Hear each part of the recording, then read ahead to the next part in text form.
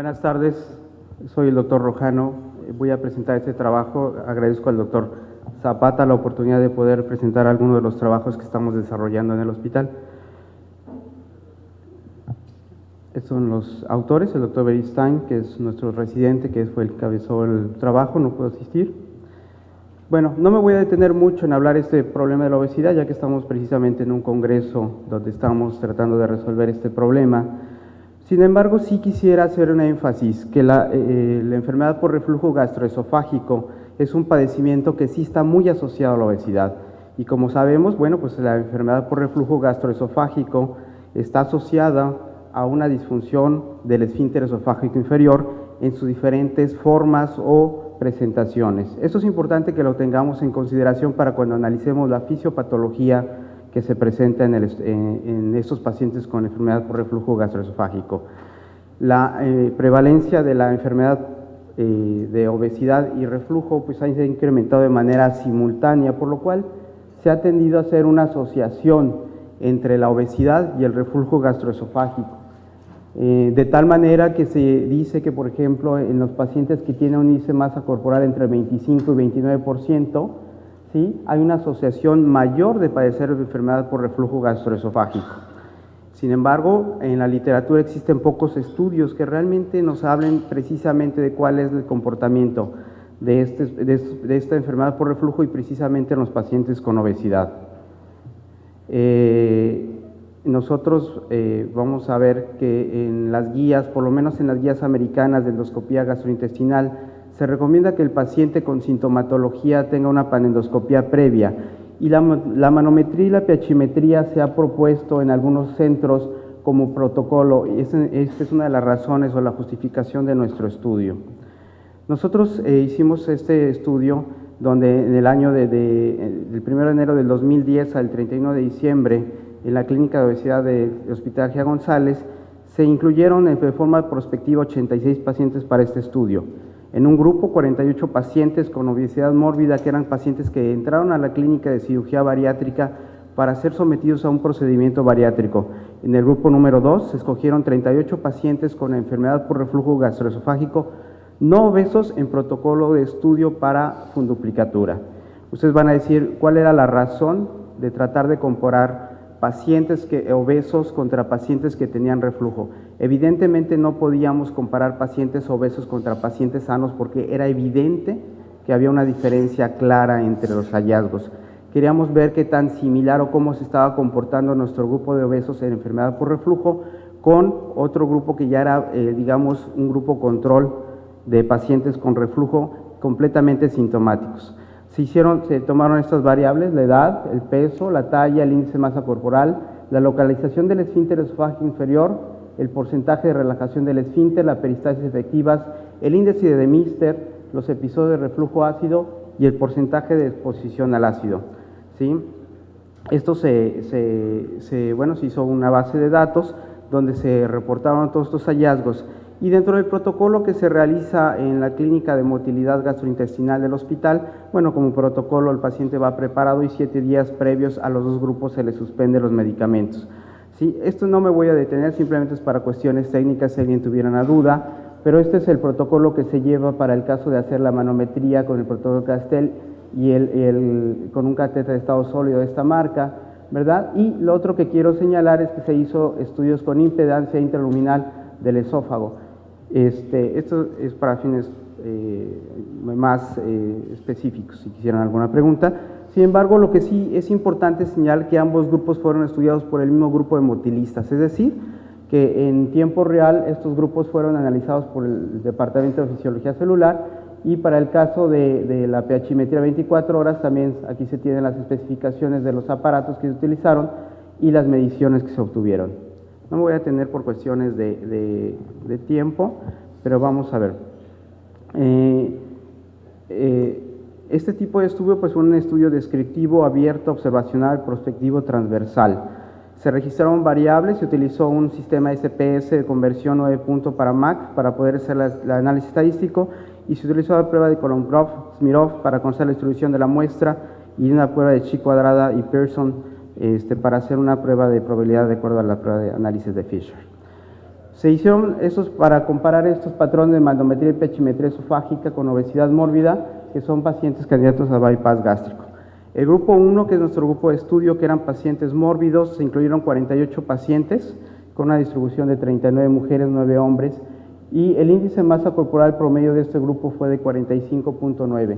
El esfínter esofágico inferior se encontró a 38.72. Ahorita voy a mostrar una pequeña tabla para que sea un poquito más claro los resultados, ¿sí? Y la presión promedio en este grupo, que es en los pacientes obesos, fue de 9.18 milímetros de mercurio. El 100% presentó una relajación adecuada del esfínter esofágico y 43%, que fue el 89.58%, presentaron una peristalsis primaria esofágica efectiva. 5 nada más no la presentaron. La clasificación de Demister para este grupo fue con una media de 25.31, con un total de 3.545 episodios de reflujo ácido.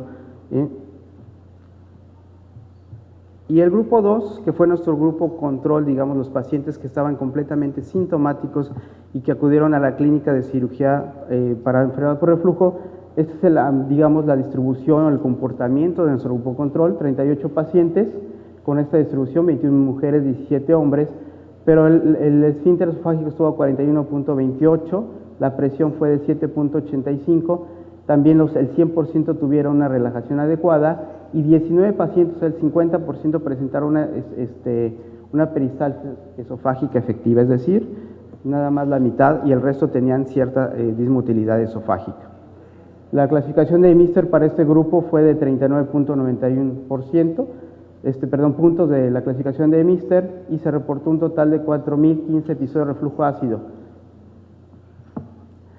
Para fines hacer un poquito más concisa el análisis, nuestro grupo de estudio de obesos lo clasificamos en 4 grados, de acuerdo al índice de obesidad, y así de esta manera, bueno, de 35 a 39, y así sucesivamente hasta mayores de 60, con este tipo de distribución, para poder hacer un análisis más específica de este grupo.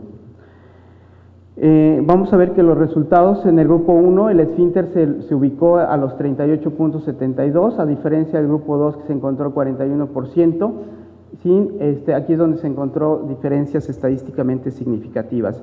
Y la razón probable de la explicación de esta situación es que los pacientes que presentaban reflujo gastroesofágico, la mayoría presentan hernia yatal, a diferencia de los pacientes obesos que ninguno presentaba hernia yatal. La presión del esfínter esofágico, la presión promedio fue 9.18 para el grupo de obesos contra 7.85 del grupo de pacientes con reflujo, sin diferencias estadísticamente significativas. La presión del esfínter esofágico inferior en este grupo fue de 9.18 y de acuerdo a la distribución que vamos a ver en nuestros diferentes subgrupos que hicimos en el cuadro 1, vamos a ver que se mantenía casi de manera constante, siendo más pronunciada la disminución de la presión del esfínter esofágico inferior en el grupo 4, que fueron los pacientes que presentaban obesidad o super obesos. La presión del esfínter esofágico inferior no hubo diferencias significativas en este subgrupo, es decir, si era un grupo que se podía considerar homogéneo o representativo de los pacientes con obesidad, y tampoco hubo diferencias significativas con el otro grupo. En la relajación, el 100% tuvieron relajación, aquí no tuvimos problema, ¿sí? Y la peristalsis esofágica efectiva sí fue significativa. En el grupo 1, el 89% tenían una peristalsis efectiva contra el 50% que presentaban prácticamente los pacientes que tenían esofagitis grado 2. Este es un análisis en cada uno de los subgrupos donde también no hubo diferencias significativas, lo que nos muestra es que nuestro grupo, independientemente de estas divisiones que hicimos, era completamente heterogéneo. Aquí está el 50%. En cuanto al Demister, bueno, 25 puntos que se obtuvo del grupo de Demister contra el otro porcentaje que vamos viendo. Vale la pena notar que los primeros 3 subgrupos, la clasificación de Demister, es decir, en el grupo de los obesos, se encontraba por arriba del valor normal. Sin embargo, en el grupo 4, aquellos super obesos, se encontraban por abajo. Y la cifra que encontramos en Demister en estos pacientes de super obesos fue de 12.75. La razón probablemente se deba básicamente a situaciones estadísticas, eran 2 pacientes exclusivamente, y la segunda, hablando con los motilistas, realmente era muy difícil en este tipo de pacientes realizar la pH-metría de 24 horas, probablemente sí sea un sesgo en este grupo 4 de los pacientes. Este es el otro grupo que presentó 39, y en cuanto a los episodios de reflujo ácido, el grupo 1 presentaron un total de 3.545 con un promedio. Ahorita vamos a analizar este cuadro, que me gustaría hacerlo por cuestión de tiempo. Aquí, bueno, es el resumen de los resultados del subgrupo 1, es decir, de nuestros pacientes con obesidad, donde lo dividimos de acuerdo a este índice de masa corporal, el porcentaje de los pacientes y la presión de cada uno de ellos, que se mantenía sin diferencias entre ellos de manera significativa, dando una presión promedio de 9.58, la relajación es adecuada. Las ondas peristálticas efectivas todas fueron de manera muy similar, sin diferencias, es decir, el promedio con gran significancia del 89%, y el de Muster en un promedio de 25%. Aquí sí, la observación de este grupo de 4, que nada más tenía 12.75. Aquí, haciendo también el resumen de los resultados, vemos comparando los dos grupos de manera general y la significancia estadística. Obviamente el índice de masa corporal tenía significancia estadística. Para la presión del esfínter esofágico inferior no hubo diferencia significativa. En el caso del de Mister, sí había una diferencia significativa, y lo que podríamos ver aquí más importante es, uno, que la motilidad esofágica sí había una diferencia significativa realmente entre los pacientes que tenían enfermedad por reflujo gastroesofágico y los pacientes con obesidad severa. La localización del esfínter, que fue lo que ya analizamos, y los episodios de reflujo en la media del paciente del grado 1, que era del 95%, contra 154 del pacientes que tenían grupo, que tenían enfermedad por reflujo gastroesofágico, y el porcentaje por debajo de un pH de 4, que era sin diferencia significativa, es decir, ambos grupos se comportaban de igual manera a una exposición mayor de 4. De igual manera, la exposición alta reportada era de manera muy significativa. Realmente son muchos los datos que se deben de analizar. Sin embargo, podemos concluir de acuerdo a este estudio lo siguiente.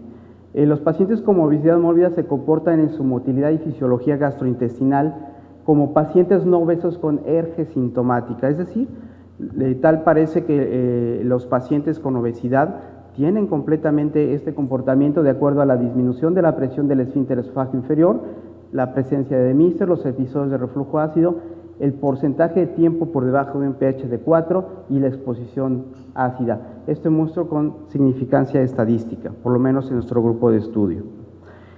La mayoría de los pacientes obesos son portadores de ERGE severa asintomática, por lo cual nosotros creemos que en los procedimientos restrictivos la evaluación de ERGE debe ser mandatoria, es decir, podemos tener muchos pacientes con obesidad severa, y si nosotros nos vamos a guiar exclusivamente por las manifestaciones de clínica, probablemente el paciente sea un paciente portador de un reflujo gastroesofágico y lo estamos dejando pasar de alto.